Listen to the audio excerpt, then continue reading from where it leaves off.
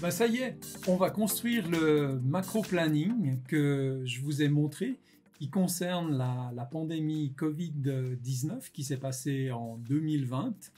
Et puis, c'est surtout sur sa partie d'arrêt total des activités pour un certain nombre de pays. L'idée, c'est qu'avec le macro-planning, on peut facilement montrer un état de situation et on n'a surtout pas besoin d'entrer dans tous les détails du planning. C'est Christian de Vision 6D et j'espère que vous allez très bien et on va attaquer, on va regarder comment on réalise un macro-planning. Derrière moi, j'ai le fichier sur lequel on va travailler qui est intitulé 1003 Covid-19 Macro Planning Start. C'est un fichier qui a une structuration assez importante, mais je vais vous la résumer de la manière suivante. Dans le cas de la pandémie Covid-19, il y a eu un certain nombre d'événements globaux, comme par exemple ce que l'OMS a fait. Et puis ensuite, il y a des événements qui se passent dans chacun des pays. Donc j'ai fait un modèle général ici, qui est le modèle pour chacun des pays avec des variantes. Il veut dire que si dans ce que nous sommes en train de faire, vous aimeriez illustrer votre pays, il n'y a pas de problème. Vous pouvez tout simplement prendre cette partie ici, la copier et puis la coller ici en dessous et faire pour votre pays. Le but de ce que nous faisons ici, c'est de pouvoir montrer côte à côte les différentes durées des périodes où les gens sont restés chez eux, sont restés à la maison et ça sauvait des vies, de manière à pouvoir les comparer entre différents pays. Pour cela, je dispose d'informations qui sont déjà saisies dans le fichier, dans la planification. Donc vous voyez que de manière générale, ici je trouve les infections dans chacun des pays et ensuite un certain nombre de mesures. Dont les mesures qui m'intéressent ici, ce sont les mesures de confinement.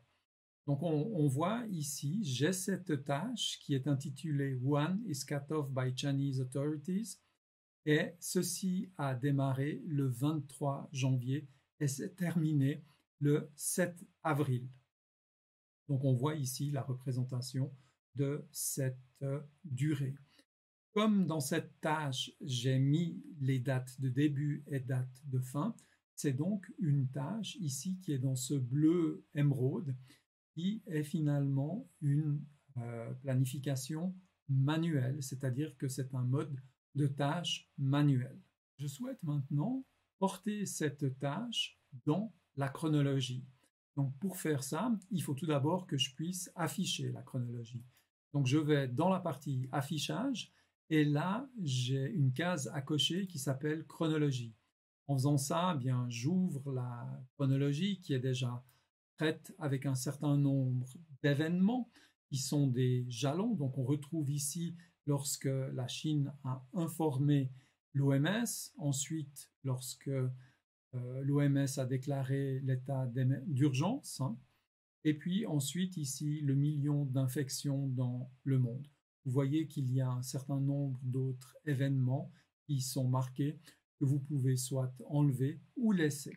Donc ce que je souhaite faire, c'est faire apparaître cette tâche qui est ici sur la chronologie. Donc c'est le même principe que les jalons, il suffit tout simplement de l'ajouter dans la chronologie. Alors la couleur ici, c'est parce que j'avais déjà fait un choix de couleur, mais vous pouvez tout à fait décider ici de changer son remplissage pour une couleur beaucoup plus neutre, par exemple, qui est certainement ce qui est apparu chez vous pour la première fois, c'est cette couleur bleu clair. Donc moi, je vais la restituer dans sa valeur précédente, puisque c'est ce qui me convenait le mieux.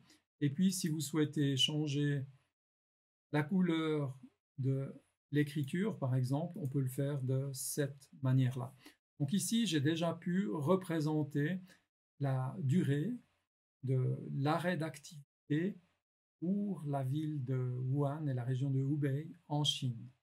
Lorsque on va faire des plannings relativement élaborés. Peut-être qu'à un moment donné, on va vouloir faire disparaître cette barre ou la faire apparaître plutôt sous la forme d'une simple barre beaucoup plus fine qui prend beaucoup moins d'espace.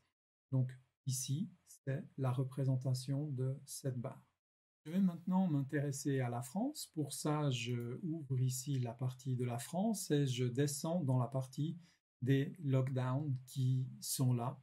Donc on reconnaît bien le premier lockdown qui était ici, qui a démarré le 16 mars jusqu'au 29 mars, qui est représenté ici, et le second du 30 mars au 12 avril qui est là, et finalement le troisième qui a eu lieu du 13 avril au 11 mai, date de reprise des écoles. Pour les placer maintenant sur la chronologie, je choisis tout simplement la tâche et ici, la même chose qu'un jalon, je le positionne sur la chronologie. Je vais donc faire pareil pour les deux autres éléments, les deux autres tâches, ajouter à la chronologie. Et la troisième, je fais une variante pour simplement montrer que c'est possible de passer par l'information générale de la tâche et d'aller dans afficher dans la chronologie. Donc j'ai mes trois éléments qui sont maintenant reportés ici sur le diagramme. Je vais les déplacer de cette manière, c'est tout simple, pour avoir un repositionnement qui me convient dans ce que j'aimerais vous montrer. La troisième manière d'ajouter une tâche à la chronologie, c'est directement à partir du diagramme de Gantt, bouton droite, et puis on peut aller et dire ajouter à la chronologie. Donc je fais de même pour l'autre tâche qui est en dessus ici et la dernière qui est ici en bas. Donc on voit que toutes les tâches de l'Italie ont été ajoutées à la chronologie. Là c'est cette partie-là pour qu'on puisse bien le voir. Mais par contre, l'organisation est un petit peu différente de ce que j'aurais aimé avoir. Donc je vais restructurer la manière pour l'Italie de manière à pouvoir, je vais peut-être, oui, celle-là, elle n'était pas importante, c'est pas ce que je voulais faire voir, donc je vais la supprimer de la chronologie. Voilà, c'est positionné tel que je souhaitais pouvoir le montrer. Je vais maintenant ajouter les États-Unis. Cela, je suis de nouveau ici dans les tâches de Gantt. J'ouvre toute la partie des États-Unis, je descends dans la partie des lockdowns qui sont là. Et puis, vous voyez que j'ai une tâche ici qui est intitulée US More States Issue Stay at Home à partir du 30 mars. Donc, c'est cette tâche que je vais ajouter. Vous voyez qu'il y a une petite note qui est là. Et je vais double-cliquer sur la note qui est là.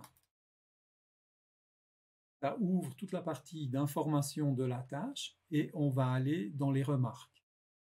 Et dans les remarques, on a ici une carte des États-Unis avec les États qui ont mis des situations de lockdown obligatoire et ceux qui sont en gris clair, c'est ceux qui n'imposent pas de mesures pour le moment où cette carte a été édifiée. C'est tout simplement un moyen de montrer comment on peut adjoindre des éléments graphiques dans une note.